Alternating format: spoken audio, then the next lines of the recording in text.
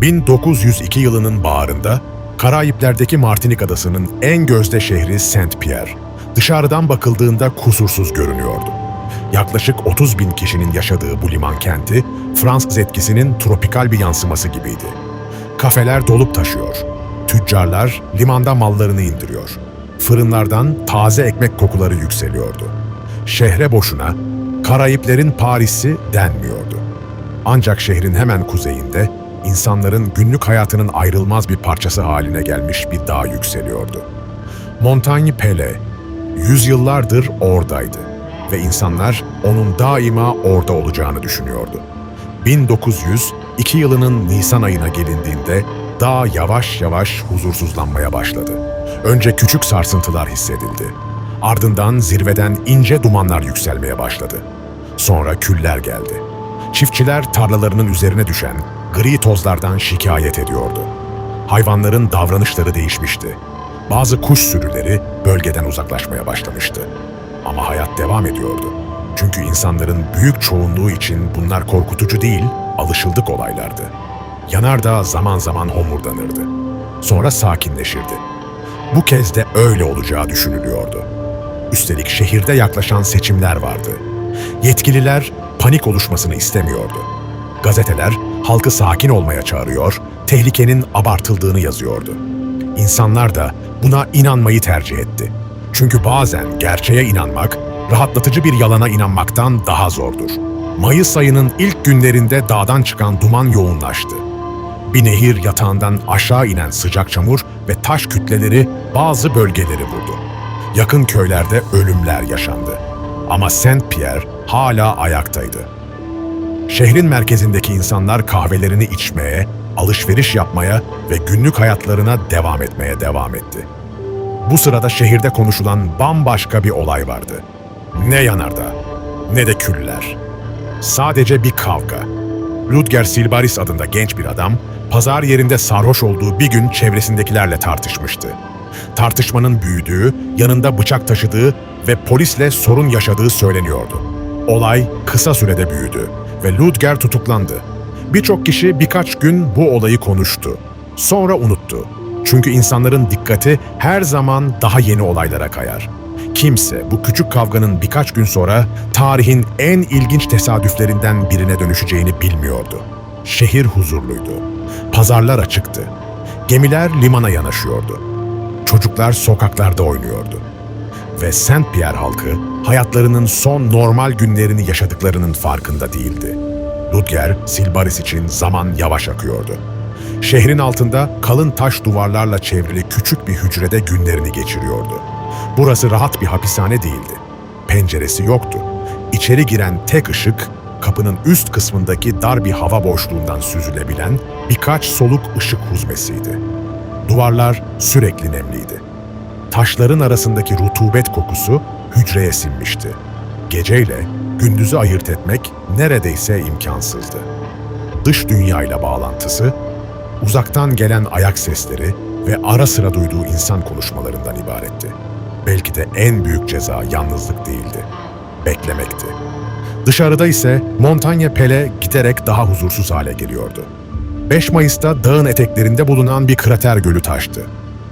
Sıcak su, çamur ve kayalardan oluşan dev bir akıntı aşağı doğru ilerledi. Yoluna çıkan her şeyi sürükledi. Yakındaki bir şeker fabrikasında çalışan onlarca kişi hayatını kaybetti. Bu artık sıradan bir yanardağ hareketi değildi. Dağ açıkça tehlikeli hale geliyordu. Fakat buna rağmen şehir tamamen boşaltılmadı. Yetkililer halkı sakinleştirmeye devam etti. Bazı uzmanlar risk olduğunu söylese de çoğunluk Saint-Pierre'in güvende olduğuna inanıyordu. Belki de inanmak istiyordu. Çünkü 30 bin insanın yaşadığı bir şehri terk etmek kolay değildi. Evler, işler, aileler, hayatlarının tamamı buradaydı. Bu sırada dağın çevresinde tuhaf olaylar yaşanmaya başladı. Kül yağışı sıklaştı. Gökyüzü zaman zaman griye dönüyordu. Hayvanlar bölgeden uzaklaşıyordu. Hatta bazı kaynaklar dağdan kaçan zehirli böceklerin ve yılanların çevredeki yerleşim yerlerine indiğini anlatır. Doğa alarm veriyordu. Ama insanlar doğanın dilini her zaman anlayamaz. 7 Mayıs gecesi şehir normal görünüyordu.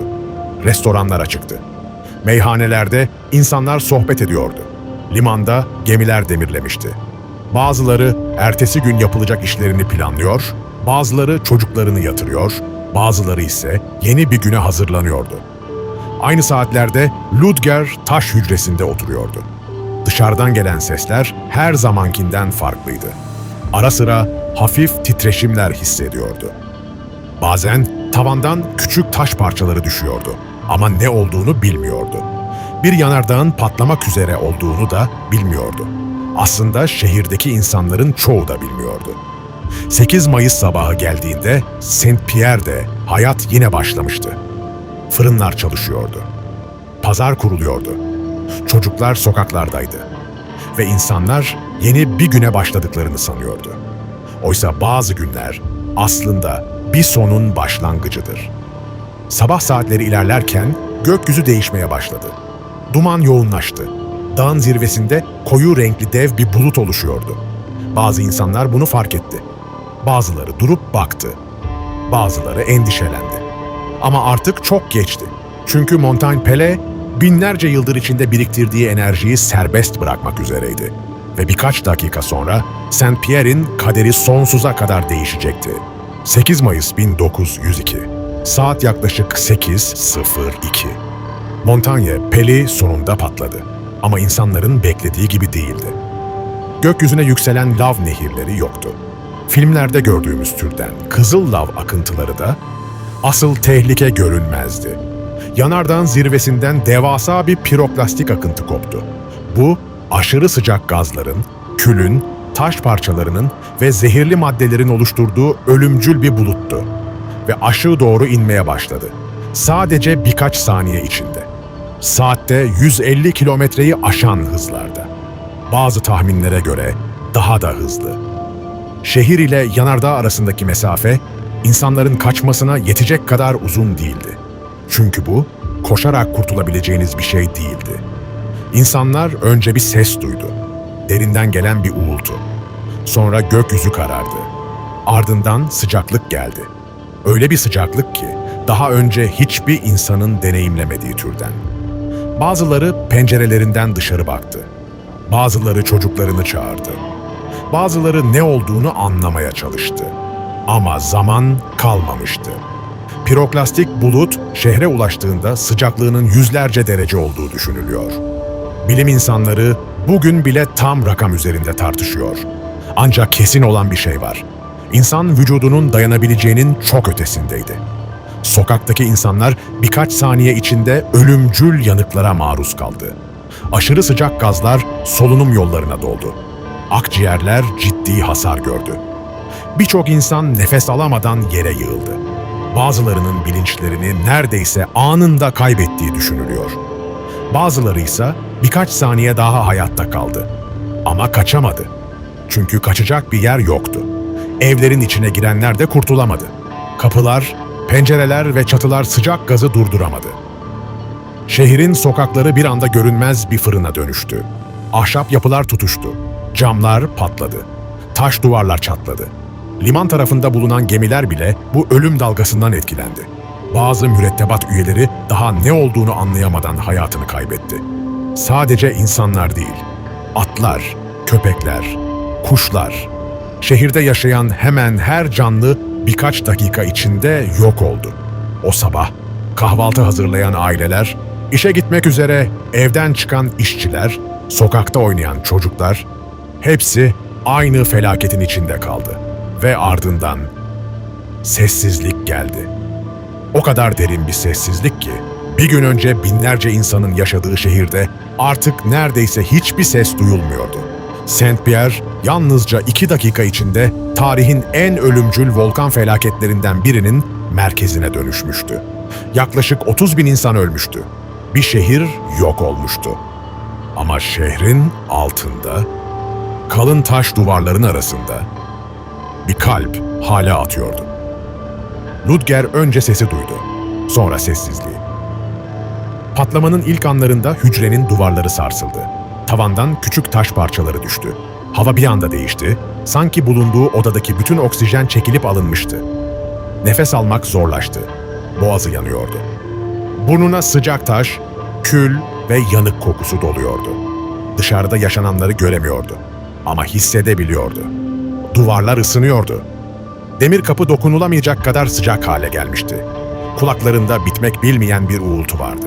Öyle güçlüydü ki bir noktadan sonra ses olmaktan çıkmıştı. Sadece basınç hissediyordu. Dizlerini göğsüne çekti. Başını eğdi. Bekledi. Ne kadar sürdüğünü bilmiyordu. Dakikalar mı? Saatler mi? Belki de daha uzun. Sonra bir şey değişti. Uğultu kesildi. Titreşimler durdu. Dışarıdaki dünya yeniden sessizleşti. Ama bu kez farklı bir sessizlikti. Yaşamın olmadığı bir sessizlik. Ludger yalnızdı ve hala hayattaydı. Patlamadan sonra Saint Pierre'e yaklaşmak bile tehlikeliydi. Şehrin üzerinde günlerce duman yükseldi. Yanan enkazlar hala sıcaktı. Küller sokakları örtmüş, tanınan her şeyi birbirine benzetmişti. Bir zamanlar Karayiplerin en canlı şehirlerinden biri olan yer artık gri bir mezarlığa dönüşmüştü. Kurtarma ekipleri ve askerler bölgeye ulaştığında gördükleri manzara karşısında şok oldu. Sokaklarda insanlar vardı ama yaşam yoktu. Bazıları oldukları yerde yığılmıştı. Bazıları kaçmaya çalışırken düşmüştü. Bazıları ise son anlarında sevdiklerine sarılmış halde bulunmuştu. Şehirdeki saatler durmuş gibiydi. Hayat tek bir anın içinde donmuştu. Kurtarma ekipleri gün boyunca enkaz arasında dolaştı. Canlı bulmayı beklemiyorlardı. Açıkçası kimse bulabileceğini düşünmüyordu. Çünkü şehirde hayatta kalan kimse olmadığına inanılıyordu. Sonra bir ses duyuldu. Önce çok hafif, neredeyse rüzgar sanılabilecek kadar zayıf. Sonra tekrar geldi. Bir inleme, bir vurma sesi, bir yaşam belirtisi. Görevliler sesi takip etmeye başladı. Ses, eski hapishane binasının bulunduğu taraftan geliyordu. Yıkıntılar arasında ilerlediler. Kül tabakalarını kaldırdılar. Ve sonunda kalın, taş duvarlı küçük bir hücreye ulaştılar. İçeriden hala ses geliyordu.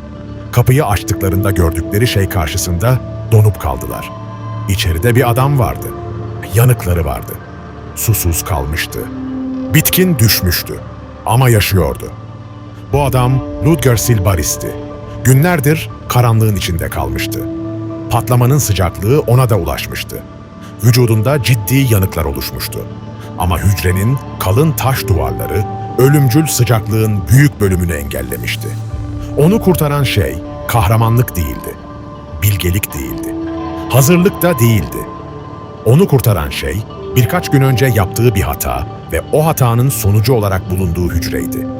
Belki de tarihin en garip tesadüflerinden biri buydu. Bir adamı cezalandırmak için yapılan şey hayatını kurtarmıştı. Ludger iyileşti. Ama hiçbir zaman gerçekten kurtulamadı. Çünkü bazı felaketlerden beden çıkar. Zihin çıkamaz. Yıllar sonra hikayesi tüm dünyaya yayıldı. Gazeteler ondan bahsetti. İnsanlar onu görmek istedi. Nasıl hayatta kaldığını öğrenmek istedi. Sonunda Amerika'ya gitti. Ünlü Barnum ve Bailey sirki onunla sözleşme yaptı. Artık insanların karşısına çıkıyor, felaket gününü anlatıyordu. Afişlerde ona farklı isimler veriliyordu. Yanardağdan kurtulan adam, ölümden dönen adam, bütün şehrin içinden çıkan tek insan. İnsanlar bilet alıyor, onu izliyor, hikayesini dinliyor ve sonra evlerine dönüyordu. Ama Ludger için hikaye hiç bitmedi. Çünkü o gün gördüğü şeylerden kaçamıyordu. Saint Pierre'in sokakları, sessizlik, kül ve kaybolan binlerce insan. Bunlar onunla birlikte yaşamaya devam etti. İnsanlar ona şanslı diyordu. Belki haklıydılar. Sonuçta 30 bin kişinin öldüğü bir felaketten kurtulmuştu. Ama şanslı olmakla mutlu olmak aynı şey değildir. Bazen insanlar dışarıdan baktığında hayatındaki tek bir ana odaklanır. Oysa sen o anın yükünü her gün taşımaya devam edersin. Ludger'in hikayesi aslında bir hayatta kalma hikayesinden daha fazlası. Çünkü bize önemli bir şey hatırlatıyor. Hayatta kalmak her zaman kazanmak değildir. Ve bazen insanların imrendiği şeyler onları yaşayanlar için ağır bir yük olabilir. Belki de bu yüzden Ludger Silbaris'e dünyanın en şanslı adamı demek kolaydır. Ama onun yerinde olmak ister miydik? İşte bunun cevabı o kadar kolay değil. Çünkü şans, hayatın kalitesini garanti etmez. Bazen sadece hikayenin devam etmesini sağlar. Ve bazı hikayeler, yaşamaya devam ettikçe daha ağır hale gelir.